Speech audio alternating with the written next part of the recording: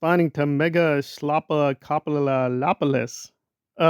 What did I think? Well, being brutally honest, there were a few intriguing visual moments. And again, be forewarned, yeah, they spent a lot of money on this thing, but it's Francis's money, so they had a limit. So some things look good, and just from the trailer, certain things look cheap. I think this was supposed to be set in New York City, and it's trying to look like New York City, but apparently it was done in Atlanta. So yeah, I figured that out. But again, the John Wick series, which I love, also has not real New York. So okay, it looks pretty visually shaky in a lot of moments, and yeah, the special effects are barely good. They're just like, okay, they're functional.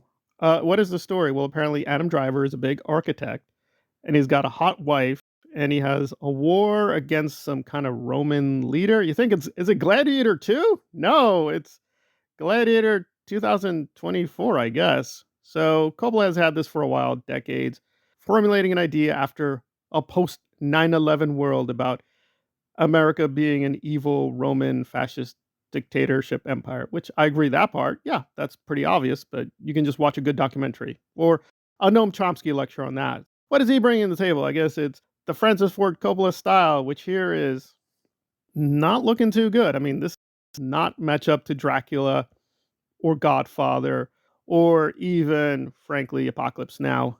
It is going for that Apocalypse Now feeling, but I don't sense the greatness with even that film, which I'm very torn about because I don't really think it's about Vietnam. It's about Francis Ford Coppola and his egomania.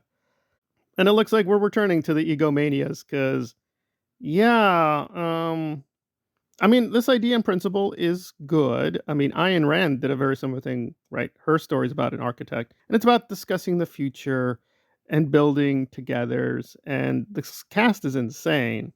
Shia LaBeouf, John Voight, Lawrence Fishburne. I mean, this should be just intriguing for the cast alone, but it does look like it's going to focus too much on Kylo Emo Driver being driven by superpowers.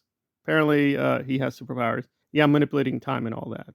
So on paper, interesting, good ideas, but it just doesn't look like it has some of his more polished style. Again, he spent his own money. The production was chaotic, but you got to judge the film. And from the trailer, this is just not very inviting. I will be honest, Francis has done many things behind the scenes to make him even more unlikable. He is just a very shady character. He has literally helped dictators and predators, and he's got his own issues.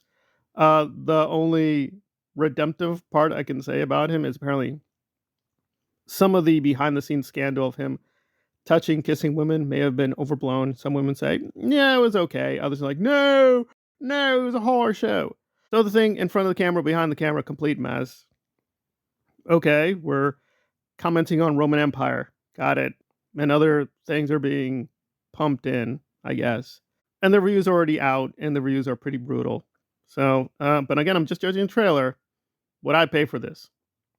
No, no, I would not pay for this. But is it intriguing enough? I can't argue it's not intriguing. It does look weird enough that be like, oh well, maybe some parts will be good. But Francis can make bad films. Francis can make many bad films, and I haven't seen everything, but I've seen a lot of it. Rainmaker, Apocalypse Now, Godfather 1 and 2. But again, he is a genius, but I don't think he's one of my favorite directors. But he is a legend. You got to respect him. But I don't know. He did this interview, weirdly enough, about directors who are pretentious. This feels like that thing. It feels like he's becoming what he criticized because this thing is so overblown and so silly. And again, usually I'm the guy to defend auteur cinema and let the director and the creative vision flow, but this doesn't even look all that creative. It just feels like we've had this before. What, Caligula? Even Gladiator. I mean, didn't Gladiator cover the subject? I mean, that was a pretty obvious political commentary on America and just these massive corporate business political empires and the way they're destroying everything. And now we have Gladiator 2. So it's just like weird that Francis put this out when Gladiator 2 was happening. Now, Gladiator 2 has its own problems. It looks a little too generic, like we've seen the story before. So I don't know. If you want something more weird and experimental, give it a try, but I just don't think it looks good enough in terms of quality. And Gladiator 2 is coming. That looks a lot better. So I'm torn. So I'm going to have to give the trailer a severe 5 out of 10. Do not recommend seeing this film. But who knows? Maybe I'll be wrong.